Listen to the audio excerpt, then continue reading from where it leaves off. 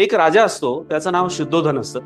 आणि या राजाला असं वाटतं की मी माझ्या मुलाला या राज्याचा सगळ्यात मोठा चक्रवर्ती सम्राट बनवेल. एकदा कुणी भविष्य सांगणारा तत्ववेत्ता असतो आणि तो त्याला सांगतो की तुझा मुलगा स्वभावाने अत्यंत संवेदनशील आहे, याला जगातलं कुठलंही दुःख दिसू देऊ नको. जर याला दुःख दिसलं तर हा तुझं जे राजवैभव आहे, तुझं जे राज्य आहे, या सगळ्यांचा त्याग करेल आणि हा निघून जाईल.